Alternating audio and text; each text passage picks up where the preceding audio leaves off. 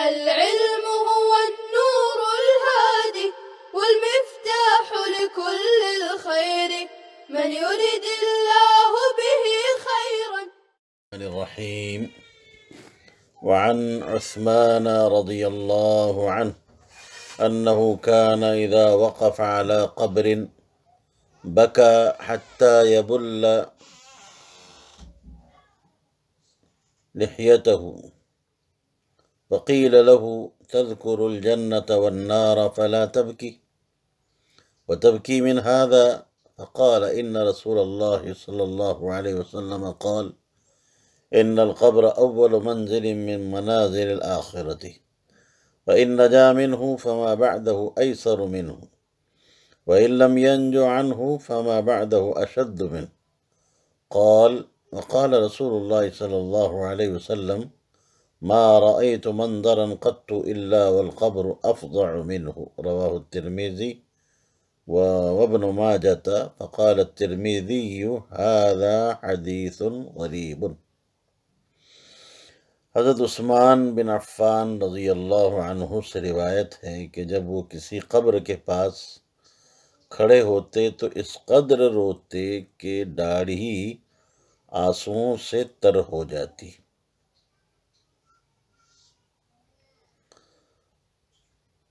ان سے فرمایا گیا کہ آپ جنت و جہنم کا تذکرہ کرتے ہیں تو نہیں روتے، اور قبر کے پاس کھڑے ہوتے ہیں تو روتے ہیں۔ انہوں نے فرمایا کہ سرکار دو عالم صلی اللہ علیہ وسلم نے ارشاد فرمایا قبر آخرت کی منزلوں میں سے پہلی منزل ہے، لہذا جس نے اس منزل سے نجات پائی اس کو اس کے بعد کی منزلیں اس سے بھی آسان ہوں گی، اور اگر اس سے نجات نہیں پائی تو بعد والی منزلیں دشوار ہوں گی۔ حضرت عثمان فرماتے ہیں کہ رسول اکرم صلی اللہ علیہ وسلم نے ارشاد فرمایا میں نے کبھی کوئی منظر قبر سے زیادہ بھیانک نہیں دیکھا۔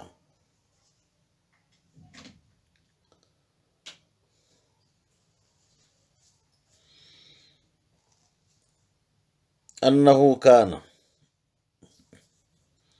کہ حضرت عثمان غنی رضی اللہ تعالی عنہ دائماً ہمیشہ یا غالباً اکثر مرتبہ اذا وقف علی قبر ای علی رأس قبر یا عند قبر، علی عند کے معنی میں ہے آپ قبر کے ایک طرف میں ایک کنارے پر کھڑے ہوتے یا قبر کے پاس کھڑے ہوتے تو بکا، آپ روتے، حتی یبلا کی ضمیر بکا کے طرف راجع ہے جس سے مراد آنسو ہیں۔ یحیتہ ای یجعلها مبلولۃ من الدموع، آنسوؤں سے داڑھی مبارک کو تر کر دیتے۔ فقیل لہ، آپ سے کسی نے کہا کہ جنت کا اور جہنم کا آپ ذکر کرتے ہیں، یا آپ کے پاس جنت و جہنم کا ذکر کیا جاتا ہے تو آپ جہنم کے خوف سے اور جنت کے اشتیاق میں ہمیشہ نہیں روتے؟ وتبکی من ھذا، اور ھذا کا اشارہ القبر، اور یہ من اجل خوفی ہی کہ آپ قبر سے یا جو ہے اس کے خوف سے روتے ہیں۔ حضرت عثمان غنی رضی اللہ تعالی عنہ آپ سب حضرات جانتے ہیں کہ آپ کا شمار عشرہ مبشرہ میں ہوتا ہے، اس کے باوجود آپ کا رونا کیوں تھا؟ اس کی وجہ یہ ذکر کی گئی ہے کہ آپ عظیم الشان ہونے کے باوجود اتنا روتے تھے اور ڈرتے تھے، تو دیگر لوگوں کو تو بدرجہ اولا رونا چاہیے اور ڈرنا چاہیے۔ اور یہ بھی ممکن ہے کہ آپ شدت خوف اور شدت فزع کی وجہ سے بشارت کو بھول جاتے ہوں، یا یہ کہ آپ کا رونا قبر کے ضغطہ کی وجہ سے ہو، جیسا کہ اگلی حدیث سے معلوم ہو رہا ہے کہ جو اس بات پر دلالت کر رہی ہے کہ قبر کے ضغطے سے انبیاء کے سوا سعداء بھی محفوظ نہیں رہ سکتے، بچ نہیں سکتے۔ اور یہ بھی ممکن ہے کہ اس وقت آپ کو نبی علیہ السلام کی عدم موجودگی، آپ کا نہ ہونا رلاتی ہو، آپ کو اس وقت آپ کی یاد تازہ ہو جاتی ہوگی کہ اللہ کے نبی موجود نہیں ہیں، اس لیے آپ پر گریہ طاری ہو جاتا۔ بہرحال رونے کی مختلف وجوہات ذکر کی گئی ہیں جن کو ہم نے آپ کے سامنے بیان کیا ہے۔ فقال عثمان رضی اللہ عنہ، حضرت عثمان رضی اللہ تعالیٰ عنہ فرماتے ہیں، ان رسول اللہ صلی اللہ علیہ وسلم قال، کہ رسول اکرم صلی اللہ علیہ وسلم نے ارشاد فرمایا، ان القبر اول منزل من منازل الآخرہ، قبر جو ہے یہ آخرت کی منزلوں میں سے سب سے پہلی منزل ہے۔ اس کے بعد دیگر منزلیں جیسے میدان قیامت، میزان عمل کے پاس کھڑا ہونا اور پلسرات سے گزرنا، جنت جہنم، یہ سب بقیہ دیگر منزلیں ہیں۔ ان تمام منازل میں پہلی منزل قبر ہے۔ فَإِن نجا فعل ماضی کا صیغہ ہے، اس میں جو ضمیر ہے اس سے مراد المقبور، وہ شخص جو قبر میں دفن کیا گیا۔ فَإِن نجا منہ من عذاب القبر، جو شخص، جو میت عذاب قبر سے محفوظ ہو جائے اور نجات پالے، فما بعدہ من المنازل ایسر منہ، تو اس کے بعد کی پیش آنے والی تمام منزلیں اس کے لیے آسان ہو جائیں گی، اس لیے کہ عذاب قبر سے نجات یہ مقدمہ ہے دیگر بعد والی منزلوں سے نجات پانے کا۔ عذاب قبر گناہوں کا کفارہ ہو جاوے گا۔ وَإِن لَّمْ يَنْجُ مِنْهُ، اور اگر عذاب قبر سے ہی نجات نہ ملی اور گناہ کا کفارہ نہیں ہوا، تو یقین جانیے بعد کی جو منزلیں ہیں اس کے حق میں اس سے بھی زیادہ دشوار گزار ہوں گی اور سخت ہوں گی، اس لیے کہ عذاب جہنم عذاب قبر کے مقابلے میں بہت ہی زیادہ سخت ہوگا۔ عذاب اخروی جو عذاب برزخی کے مقابلے میں اشد ہے اور ابقا ہے۔ قال عثمان، حضرت عثمان رضی اللہ تعالیٰ عنہ نے فرمایا، قال رسول اللہ صلی اللہ علیہ وسلم، اللہ کے رسول اکرم صلی اللہ علیہ وسلم نے ارشاد فرمایا، ما رأیت منظرا قط الا والقبر افظع منہ، کہ میں نے قبر سے زیادہ افظع، قبر سے زیادہ گھبرا دینے والا، قبر سے زیادہ خطرناک منظر کوئی نہیں دیکھا۔ یہاں پر حدیث میں موضع کو منظر سے تعبیر کیا گیا، یہ تعبیر کرنا مبالغہ کے خاطر ہے۔ قط قاف کے فتح اور طا کی تشدید اور ضمہ کے ساتھ ابداً کے معنی میں اس کا استعمال ماضی میں ہوتا ہے۔ ایک قول کے مطابق مستثنی الا والقبر افظع منہ، یہ منظر سے جملہ حالیہ ہے، ما رأیت منظرا موصوف ہے اور اس کی صفت محذوف ہے، تقدیر عبارت ہوگی ما رأیت منظرا فظیعا على حالة من احوال الفظاعة قط الا في حالة كون القبر اقبح منه، استثناء مفرغ ہے، اور قبر کے منظر کے اقبح ہونے کی وجہ، سب سے زیادہ برا ہونے کی وجہ یہ ہے کہ وہ عقاب اخروی کا مقدمہ ہے، اور ذلت، ظلمت، دہشت، حیرت، وحشت، غربت، کیڑوں اور مکوڑوں اور مٹی کہ گھر یعنی قبر کی طرف لوٹنے کی غایت ہے، انتہا ہے۔ اسی طرح فرشتوں کا مشاہدہ، حساب کتاب اور دیگر امور آخرت کو اپنی آنکھوں سے دیکھنے کا مقام ہے۔ وعنہ قال كان النبي صلى الله عليه وسلم إذا فرغ من دفن الميت وقف عليه فقال استغفروا لأخيكم ثم سلوا له بالتثبيت فإنه الآن يسأل، رواه ابو داود۔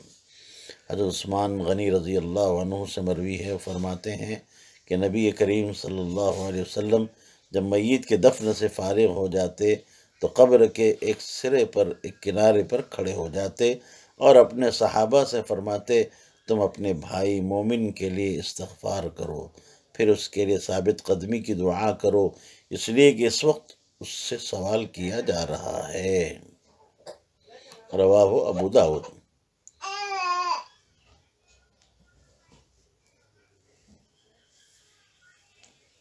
عنہ ای عن عثمان كان النبی صلی اللہ علیہ وسلم اذا فرغ یفرغ، فرغ فعل ماضی معروف کا صیغہ ہے، من دفن المیت، میت جنسی معنی میں ہے، جن سے میت مراد ہے جو نکرہ سے قریب ہے۔ وقف علیہ ای علی رأس القبر، علیہ ہی ضمیر کا مرجع قبر، قبر کے کنارے پر، سرے پر کھڑے ہوتے اور فرماتے استغفروا لأخیکم، وہاں جو موجود صحابہ ہوتے ان سے فرماتے کہ تم اپنے مومن بھائی کے گناہوں کی معافی طلب کرو، استغفار کرو۔ اخیکم سے تعبیر کرنے میں بندہ مومن سے جذبہ ہمدردی کو مہمیز لگانا مقصود ہے، تاکہ اس بندے مومن کے حق میں زیادہ سے زیادہ لوگ استغفار کریں۔ اس جملے میں اس بات کی دلیل ہے کہ زندوں کا دعا کرنا میت کے حق میں کارآمد اور مفید ہے، چنانچہ اہل سنت والجماعت کا یہی مسلک ہے، بخلاف معتزلہ کے کہ وہ اس کا انکار کرتے ہیں۔ ثم سلوا له بالتثبیت، سلسلہ سلو امر کا صیغہ جمع حاضر ہے اور یہ دعا کے معنی کو متضمن ہے، اسی لیے اس کو با سے متعدی کیا گیا ہے۔ مقصود یہ ہے کہ یوں کہو ثبتہ اللہ بالقول الثابت، یا اللہم ثبتہ بالقول الثابت، اے اللہ اس کو قول ثابت کے ذریعے سے ثابت قدمی عطا فرما، جس سے مراد آپ جان چکے ہیں کہ منکر نکیر جب آتے ہیں تو قبر میں میت کو بٹھا کر اس سے سوال کرتے ہیں، تو اس کے جواب میں میت جو ہے کلمہ شہادت کو پیش کرتا ہے۔ یہ تثبیت کی دعا کرنا تلقین سے بھی افضل ہے، مگر اکثر لوگ اس سے غافل ہیں۔ فَإِنَّهُ الْآنَ يُسْأَلُ، علامہ خطابی فرماتے ہیں کہ تدفین کے وقت جو تلقین کا رواج ہے اس میں اس کی دلیل نہیں ہے، اس سلسلے میں کوئی مشہور حدیث بھی نہیں ہے، ویسے اس تلقین میں کوئی حرج بھی نہیں، اس لیے کہ تلقین میں اللہ کا ذکر ہی ہوتا ہے، میت اور حاضرین پر اعتقاد صحیح کو پیش کیا جاتا ہے، اسی طریقے سے میت اور مسلمانوں کے حق میں دعا ہی کی جاتی ہے، اور یہ ساری چیزیں حسن ہیں، بہتر ہے، اچھی ہیں، اس میں کوئی قباحت نہیں۔ امام غزالی رحمۃ اللہ علیہ نے احیاء العلوم میں اور طبرانی نے کتاب الادعیہ میں دفن کے وقت میت کو تلقین کرنے کے سلسلے میں ایک حدیث ذکر فرمائی، جس کی بعض محدثین نے تصحیح نہیں کی ہے، اس کو صحیح نہیں بتلایا ہے۔ رسول اکرم صلی اللہ علیہ وسلم کا یہ ارشاد کہ لقینوا موتاکم قول لا الہ الا اللہ، تم اپنے مردوں کی لا الہ الا اللہ کے ذریعے سے تلقین کرو، اس سے مراد تلقین عند الموت ہے، نہ کہ عند التدفین۔ ابن حجر فرماتے ہیں کہ اس میں میت کے دفن کرنے کے بعد تلقین کی طرف اشارہ ہے، جس کی کیفیت مشہور ہے، اور یہ ہمارے مذہب معتمد کے مطابق سنت ہے، بخلاف ان لوگوں کے جو اسے بدعت گمان کرتے ہیں۔ اور بھلا یہ بدعت کیوں کر ہو سکتا ہے جبکہ اس کے بارے میں صریح حدیث موجود ہے جس پر فضائل کے باب میں بالاتفاق عمل کیا جا سکتا ہے اور کیا جاتا ہے۔ کتاب الاذکار میں موجود ہے کہ امام شافعی اور ان کے اصحاب کے نزدیک مستحب یہ ہے کہ میت کے پاس قرآن پڑھا جائے، اگر مکمل قرآن ختم کیا جائے تو بہت ہی اچھی بات ہے۔ سنن بیہقی میں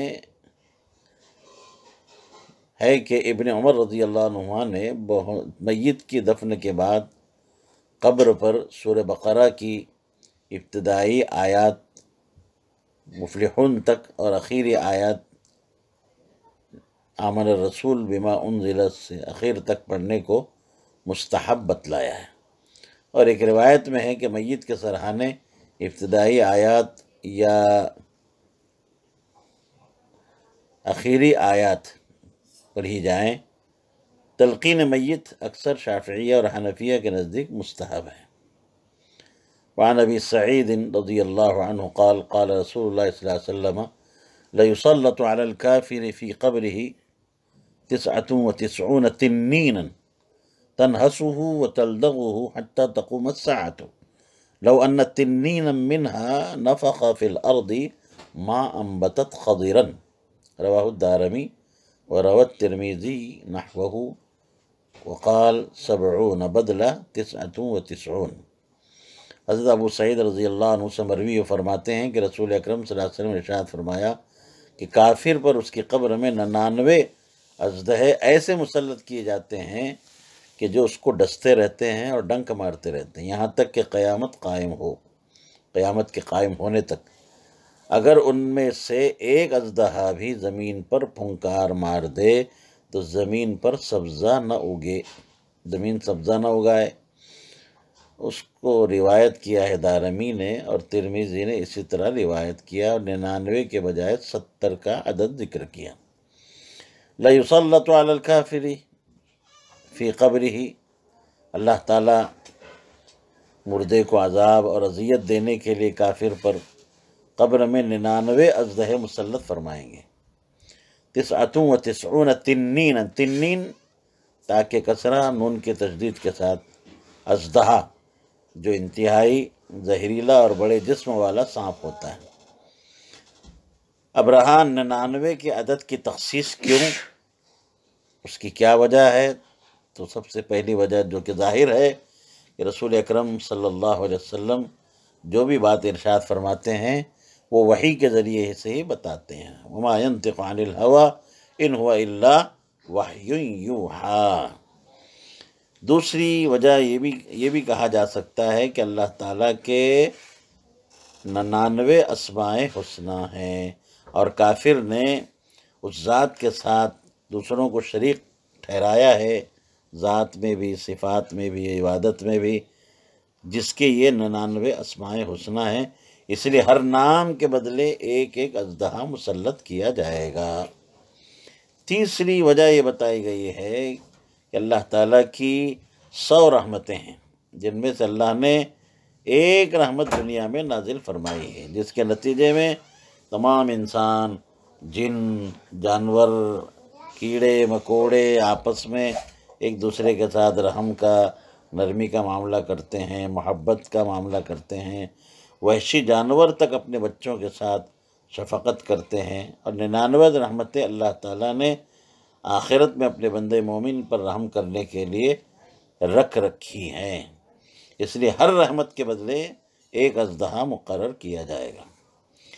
حجت الاسلام امام غزالی رحمۃ اللہ علیہ فرماتے ہیں کہ اژدہوں کی تعداد ان اخلاق ذمیمہ کے مقابلے میں ہیں جو کافر میں تھیں، وہ مذموم خصلتیں آخرت میں سانپ کی شکل میں منقلب ہو جائیں گی، اس لیے کہ دنیا عالم صورت ہے اور عالم آخرت عالم معنی ہے۔ تنحسہ، نحس ینحس، تانیث کے ساتھ، بعض حضرات نے ینحسو تذکیر کے ساتھ بھی پڑھا ہے، ایک روایت میں شین معجمہ کے ساتھ بھی ہے تنحشو۔ قاموس میں لکھا ہے کہ نحس اللحم ای اخذہ بمقدم اسنانہ، اگلے دانتوں سے گوشت کو نوچنا۔ اور نہایہ میں لکھا ہے اخذ اللحم باطراف الاسنان، دانتوں کے کناروں سے گوشت کو نوچنا۔ والنحش الاخذ بجمیعها، تلدغوہ، نحسا لدغا ایک ہی معنی میں ہے، دونوں کو بغرض تاکید جو ہے جمع کیا گیا ہے، یا پھر انواع عذاب کو بیان کرنا مقصود ہے۔ بعض اہل لغت نے یہ بیان کیا ہے کہ نحسا کے معنی دانت سے کاٹنا، زہر کو دانتوں کے زہر کو شامل کیے بغیر، اور لدغا کے معنی دانت مارنا، صرف بغیر کاٹے ہوئے، کاٹنا نہیں، صرف دانت لگانا، لیکن زہر کو شامل کرتے ہوئے۔ علامہ ابہری نے اسی طرح ذکر فرمایا ہے۔ حتی تقوم الساعۃ لو ان التنین نفخ، بعض نے نفحہ بھی پڑھا ہے، فی الارض، اگر ان میں سے ایک اژدہا بھی زمین پر پھنکار مار دے تو ما انبتت الارض خضرن، خضرن خا کا فتح اور ضاد کا کسرہ، ای نباتا اخضر، تو زمین سبزہ اگانا چھوڑ دے گی اور بنجر بن جائے گی، اتنا وہ زہریلا سانپ ہوگا۔ رواہ الدارمی بہذا اللفظ، روى الترمذی نحوہ بالمعنی، امام ترمذی نے بالمعنی یہ روایت کیا ہے۔ اب رہا ایک مسئلہ کہ وقال 70 بدل 99، کہ امام ترمذی نے بجائے 99 کے 70 کا لفظ ذکر کیا ہے، فرق ہو گیا عدد کے اختلاف عدد، اس کی کیا وجہ ہے؟ تو یاد رکھیں، سب سے پہلی بات یہ ہے کہ علامہ عینی فرماتے ہیں کہ ترمذی کی روایت ضعیف ہے۔ دوسری بات، ابن حجر فرماتے ہیں کہ اگر دونوں کو تسلیم کر لیا جائے تو تسلیم کرنے کی صورت میں تطبیق اس طرح ہوگی کہ 99 کفار کے متبوعین کے لیے ہے، سرداروں کے لیے، اور 70 یہ تابعین کے لیے۔ ایک تو یہ توجیہ ہوئی۔ نیز یہ بھی کہا جا سکتا ہے کہ لسان عرب میں، زبان عرب میں، یہ 70 کا عدد کہیے یا 99 کا عدد، یہ بیان کثرت کے لیے ہے، عدد مقصود نہیں ہوتا۔ اس صورت میں دونوں کے درمیان میں کوئی منافات اور تناقض نہ ہوگا۔ یہ بھی ہو سکتا ہے کہ احوال کفار کے اعتبار سے فرق ہوگا، کسی کے لیے 70 اور کسی کے لیے 99۔ حجت الاسلام امام غزالی رحمۃ اللہ علیہ نے اس بات کی صراحت فرمائی ہے کہ کافر فقیر کا عذاب جہنم میں کافر غنی سے اہون ہوگا۔ امام غزالی رحمۃ اللہ علیہ سے یہ بھی منقول ہے کہ اخلاق ذمیمہ تفصیل کے اعتبار سے 99 ہیں اور اجمال کے لحاظ سے 70۔ شیخ التفسیر حضرت مولانا ادریس صاحب کاندھلوی رحمۃ اللہ علیہ نے فرمایا کہ ایمان کے حدیث میں 70 شعبے مذکور ہیں، ان میں سے ہر ایک کے انکار کے بدلے میں ایک ایک اژدہا مسلط کیا جائے گا، واللہ اعلم وعلمہ اتم۔ السلام عليكم، لا تنسوا الاعجاب بالفيديو والاشتراك في القناة تشجيعا لنا لنستمر بنشر المزيد إن شاء الله.